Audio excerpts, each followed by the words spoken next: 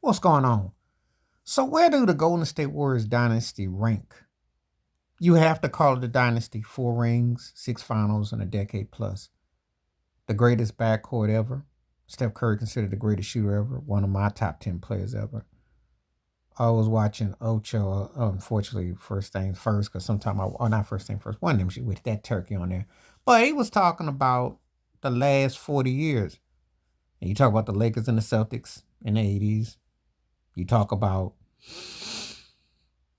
the Bulls of the 90s, Shaq and Kobe and the Lakers in the Spurs, and then you got about 5 or 6 teams. So what if we just talking the last 40 years? If we talking all time, this Warrior run, the top 10, where do you have this Golden State Warriors run? Because we know it's been special. It's changed the course of basketball. You know, when I was watching back in the 80s, the Celtics Big Three,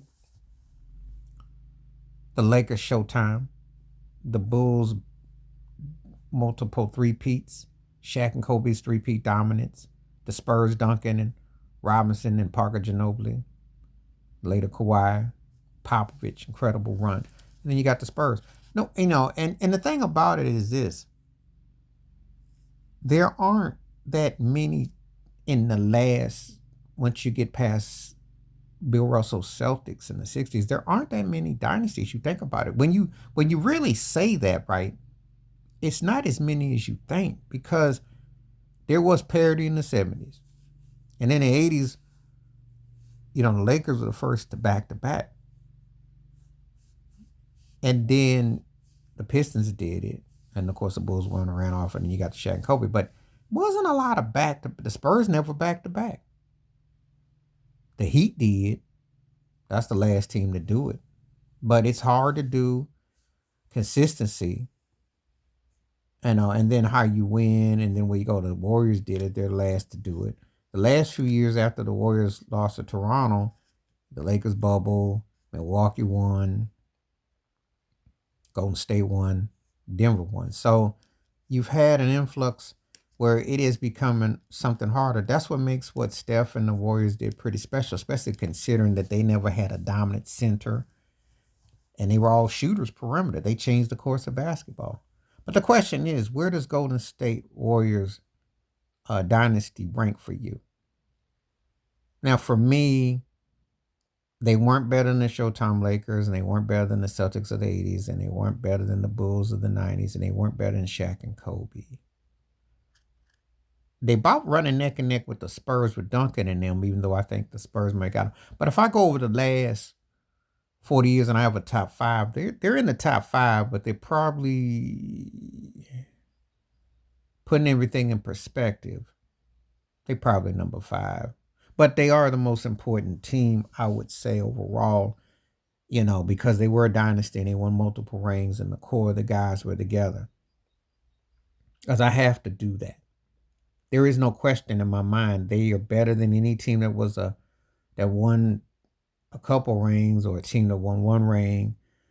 I mean, they're better than most of those teams. I'm just gonna say that. Yes, I take Golden State over the Rockets in the '90s. Elijah would have been a problem, but I think the Warriors would have been better, and I think they would have.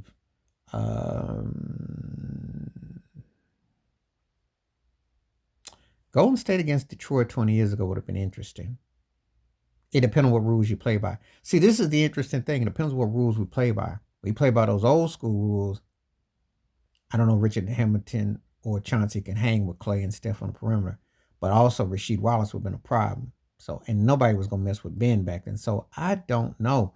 That would have been a compelling finals. It depends on the styling. Depends on what they let go, what they don't. But I will say they are top five as far as dynasties in the last 40 years.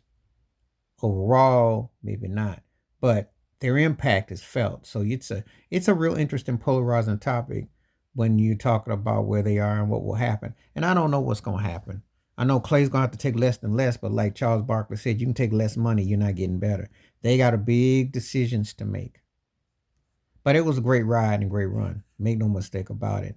One of the most exciting and funnest teams I've watched play basketball since, I will say this, they were the funnest team I watched on a high level since Magic and the Lakers and Kareem. I'm going to say that. Cause I mean, as far as getting excited, oh yeah. I mean, they were the most exciting. Steph Curry, that's why I agree with Shaquille O'Neal when he said the most exciting, the intriguing play of the last 30 years because his style changed the dynamics of the game. It's not saying he was better than certain other people you can insert, even though I got him over some, but not a whole lot of others. However, it's the way he did it. It took a high IQ to pull that off and to make it work. So that's why. But I will say this, the elephant in the room is this. Had they won that ring in 2016 and they still had 4 rings regardless, but they won that one in 2016, there's a different argument about where they might land as a dynasty. But by not winning that ring in 2016, they're top 5, but they're not where they could have been. I think they win that ring without Durant. They win that ring, and when they lost 9 games, I think you could make the case that they probably might be arguable in the third slot as opposed to 5, just the last 4 years. I think that's how big that would have been, just keeping it 100. Because we do hold dubs and chips to a certain level. Please like, subscribe, local thoughts, comments. And I do respond, thank you. Wash your hands, keep your mind clear, watch out for another. Where do you rank this Golden State Warriors dynasty where it was? Where you got them? Because I got 5 teams I come up with or so that can make that claim. And where you got them? I'm out.